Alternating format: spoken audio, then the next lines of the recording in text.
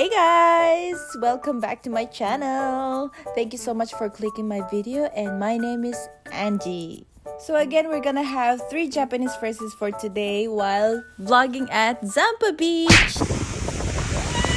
Oh my god! So we are on our way to Zampa Beach. And ito na ang ating first Japanese phrase of the day. Kaze ga tsuyoy desu. Ang hirap. Okay, one by one. Kaze means wind. Ga tsuyoy desu. Ibig sabihin, tsuyoy, ibig sabihin malakas. So, malakas ang hangin today. Kaya po medyo sinilent ko tong video kasi puro hangin lang talaga yung naririnig, guys. So, kaze ga tsuyoy desu. So by the way guys, dapat po kasi nung day na to, magfi-fishing po sana kami. Kaya lang, chinek po muna namin yung panahon or yung beach na yan. And it looks like the weather is not good, as you can tell. So, hindi na lang po kami nag-fishing. Which leads to our second Japanese of the day. Tenki ga warui desu. Tenki ga warui desu. Guess nyo kung ano po yung ibig sabihin nun. Well, ang ibig sabihin po nun is, masama ang panahon. The weather is bad. Tenki is weather, warui is bad. Tingnan nyo naman po itong nami. Ay! Talaga nagulat po ko talaga nung time na to. It was scary. Pero, sugoy na rin tignan. Sugoy which means magaling, di ba? Yan, kita nyo naman po na shock si ate girl. And sometimes, kapag pumaganda yung panahon, kapag sunny, ayan po, tingnan nyo, nakikita nyo naman. Yung mga tao po, nag-chill lang sila dyan. Ganyan. So guys, meron po kasing lighthouse dito, kaya pinuntahan na rin po namin. Nagbayad lang kami ng mga 300 yen yata. Mga, ayun, 300 yen. Pero ano lang po siya, maliit na parang museum lang siya na nakasulat kung ano-ano po. Hindi ko po masyadong naintindihan, medyo mahirap. Mahirap. Muzukashi! Muzukashi desu. So, ayan na, aakyat na po tayo sa lighthouse, and kaya lang po wala silang elevator, kaya kailangan po nating hagdan. Hagdanan, by the way, kaidan po ang tawag nila doon. So, kaidan, yan, stairs, ganun. Ayan, excited na si girl. So, meron po palang 99 steps sa stairs na yan. So, ito na guys, ang reveal! Dun, dun, dun, dun.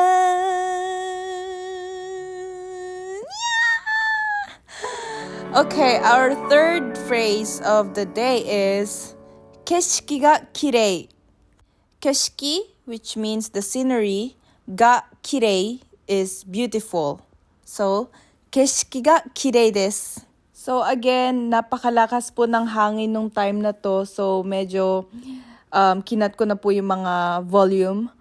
But, kapag windy po kasi syempre, di ba yung mga waves, ganyan, ang taas talaga and medyo rough siya ng konti.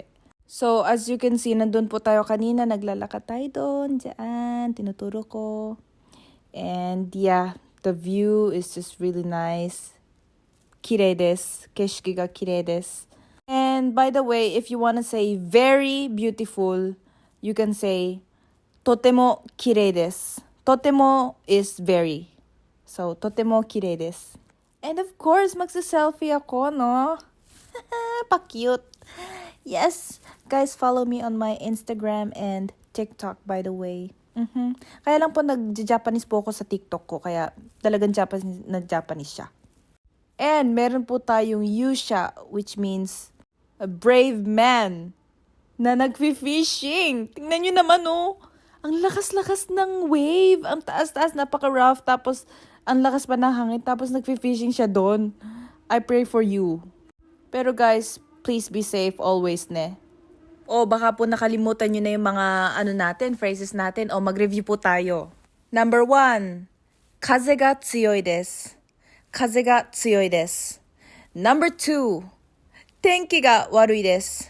Tenki ga warui desu. Number 3, keshiki ga kirei desu. Ay, ano bang ginagawa nito? Ano ba yun? Okay, keshiki ga kirei desu. Hi, cat! Neko-chan.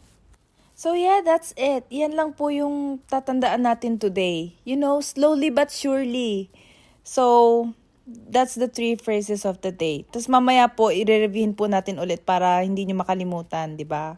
Well, this day, so pauwi na po kami nung time na to.